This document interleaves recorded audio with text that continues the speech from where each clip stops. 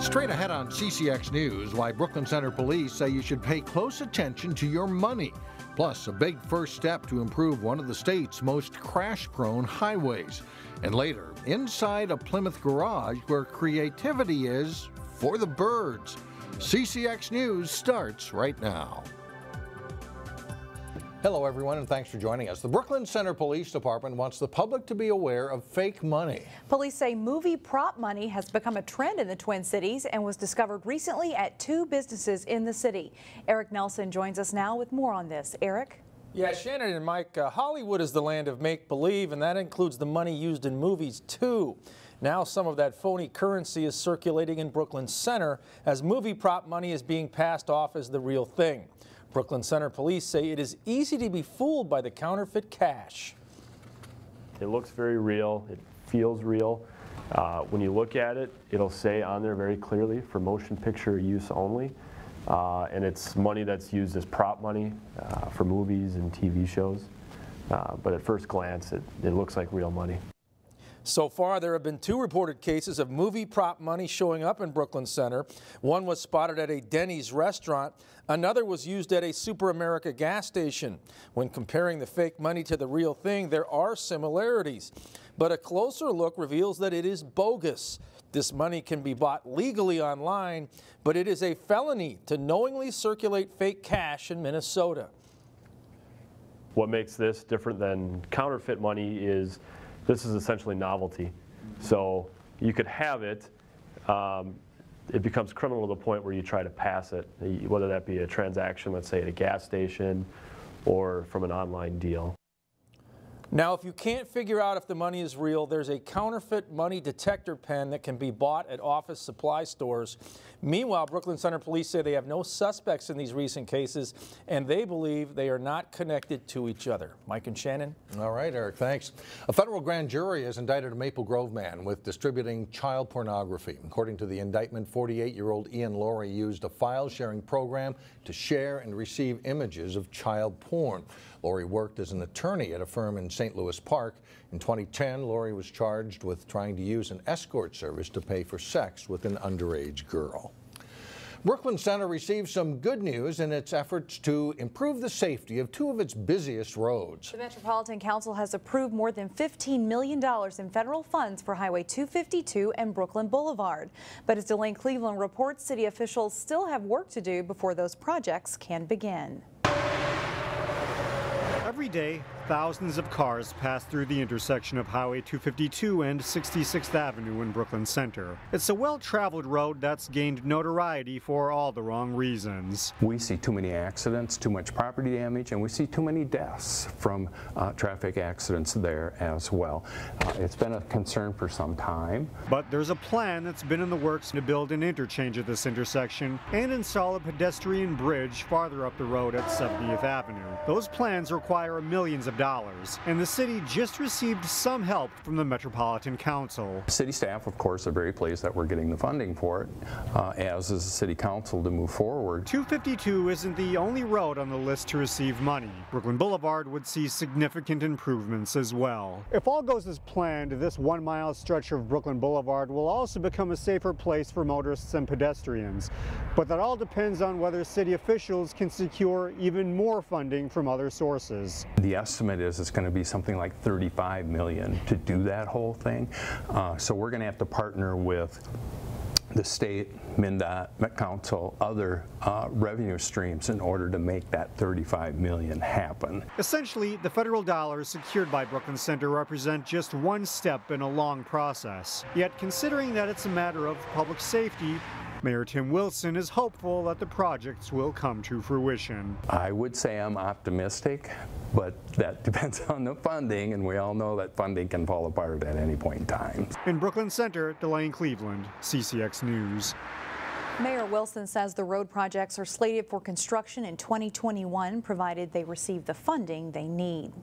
The next time you are traveling on a snowy day, there is a new tool to help you look at winter road conditions. MnDOT has equipped about 200 snowplows with cameras so you can see in real time what the snowplow driver sees. Just go to 511mn.org and click on the plow cameras from the menu on the left side of the screen. You will be able to see photos and a map where the plow is.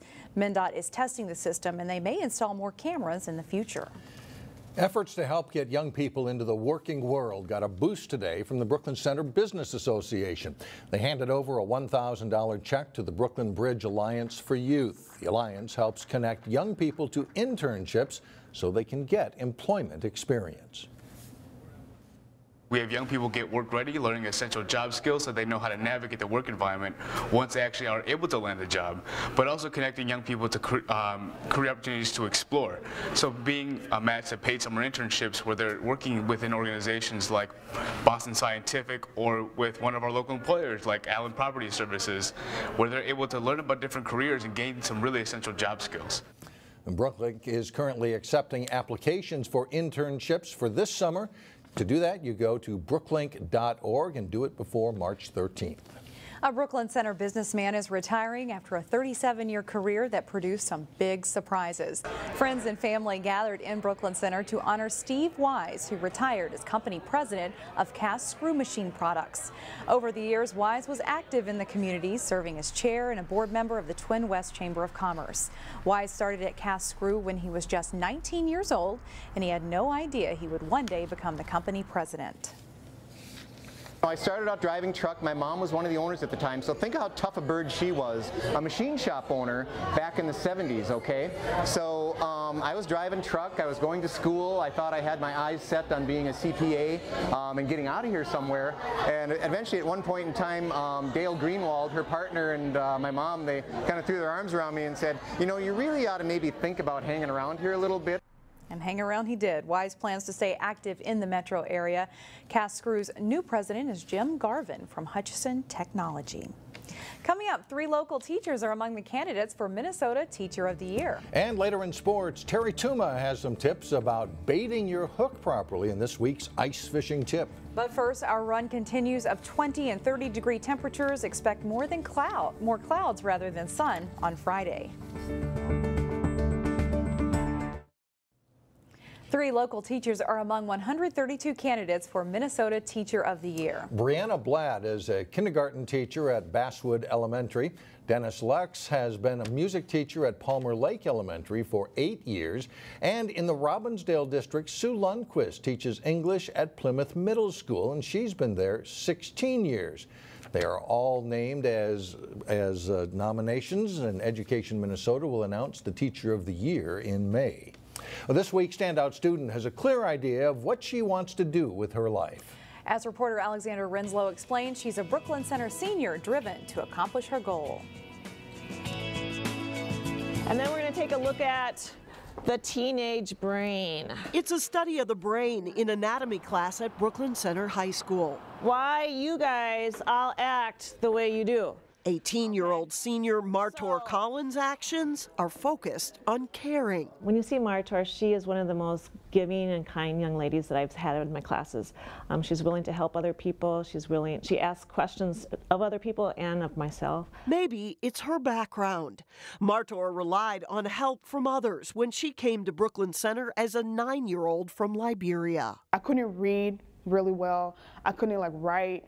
I had teachers who helped me a lot build the foundation that I needed to be on. After an internship this summer at the Hennepin County Government Center, Martor had exposure to social workers and decided she wants to work in child protection. Because I love working with people, I love working with especially kids, getting to know personally. I just love having the experience to help people out there. This brings us to another important part of Martor's story. She does not give up. So these were people who were part of the Act 6. After months of preparation, essays, and interviews, Martor is a semi-finalist for the Act 6 scholarship program, offering a full tuition ride to 4 private schools in Minneapolis, St. Paul. The thought of college is so expensive. Some of these schools are $55,000 a year, but to be able to cover most of it through a scholarship that she doesn't have to repay and that she can use her time and energy concentrating on her studies and giving back to the community will be so meaningful, and it's very rare. Very few of our students get a full ride to college. School doesn't necessarily come easy, but Martor is determined.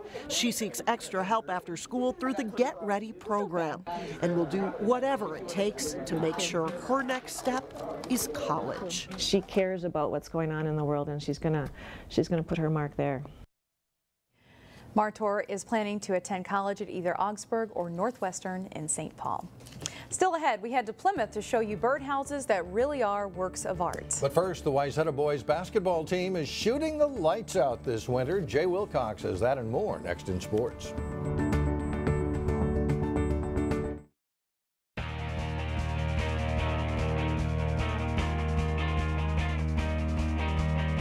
I'm Jay Wilcox with sports. Not many high school basketball teams in Minnesota remain unbeaten at this point in the season. The Wayzata boys can make that claim as they continue to impress.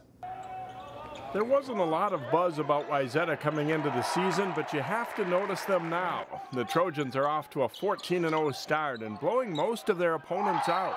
I mean, it hasn't really been a surprise to most of us. I know from hearing a lot of outside noise, it's a surprise to obviously even some of the parents on the team who were a part of the team last year. But within our own team, we knew that we have 17 or 16 guys in this team this year that really are all in for each other, and we're just going to keep playing great basketball. I'm very excited about this team. It's fun to have a group of guys that's so close and always wanting to compete more. It's just really been a fun atmosphere as a group of guys that just like to have fun and play basketball. Wayzata is number 4 in the Class 4A state rankings. They haven't faced the teams above them in the ratings, but have defeated tough teams like Hopkins, Park Center, and Armstrong. It's definitely been a fun challenge to play against teams like really quick teams who pressure us, teams who work the ball around, teams who want to slow it down. And I just like how we've kind of gotten a variety of everything, but we have a long way to go, and I'm excited to see where the season kind of takes us. What sticks out most? Shooting. 4 regulars are making better than 40% of their three-pointers. It's also a team with good balance. 4 players average between 9.8 and 15.4 points. Yeah, I mean, I think it's tough to scout and it's tough to guard a team that has everybody on the floor that can score. We're really balanced. Ryan Lindbergh and Gavin Baumgartner are our 2 leading scorers, but we got a lot of guys that can put the ball in the hoop. We have a different mix of guys. Obviously, everyone can shoot the ball, but we have a lot of different slashers on the team as well, and a lot of great facilitators to get those open shooters the ball. Wayzata hasn't been in the state boys basketball tournament since 1959.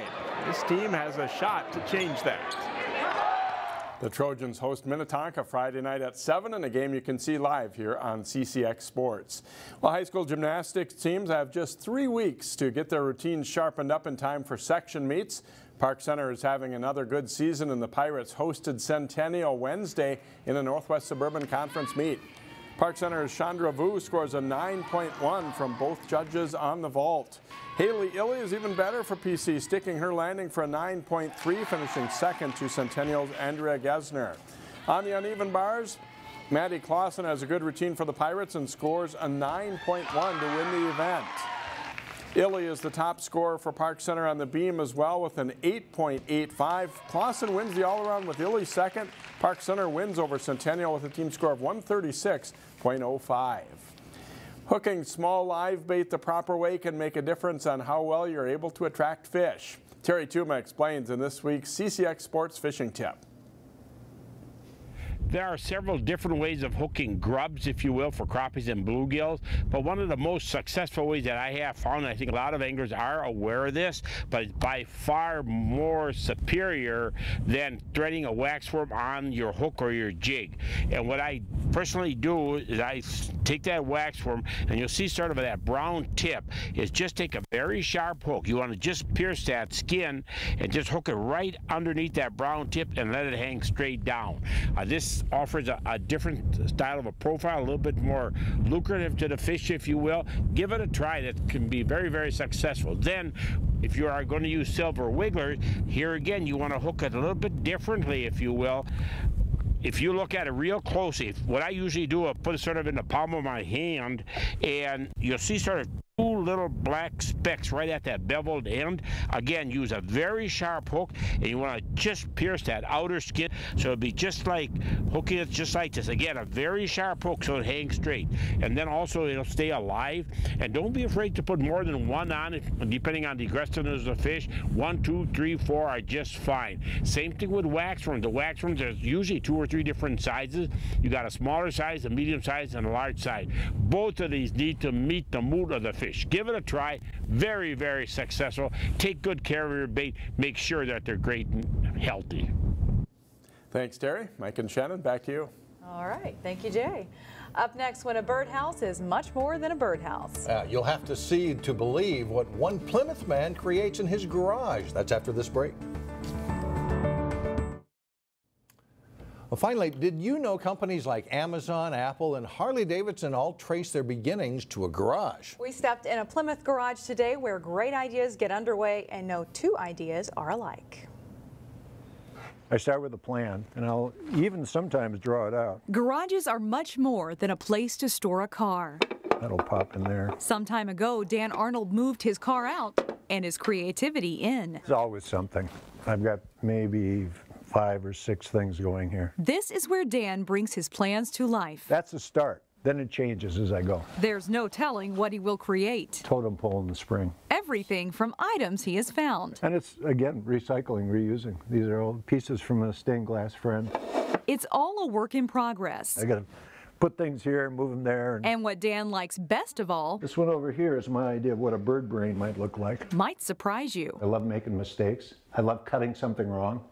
That means I have to change my thought process and come up with a little different approach or add something or take something away. This is an erector set. The result is birdhouses like you've never seen before. It is a passion. A self-portrait complete with a cigar, a take on modern art, or regrowth on a burned post. I don't go out and look for things, I just find them. I mean, they just sort of appear, and then what are you going to do with them? Well, let's make something. These might be fit for a bird. 30% of what I make could be outside. But many people will display them as art. There are no boundaries. I just can go, I can do whatever. It's, you know, an idea strikes me, and if it fails, who cares?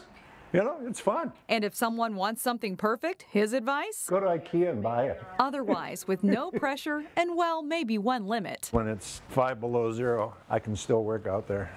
These hands, these digits still work, but it's not as much fun. Dan Arnold can head to the garage and create something even he can't predict. And maybe it'll change before I finish it. You know, if I look at it long enough, it probably will. You might have noticed in the video, several wooden bowls. Dan prefers to create those in the winter, so that's why those were there.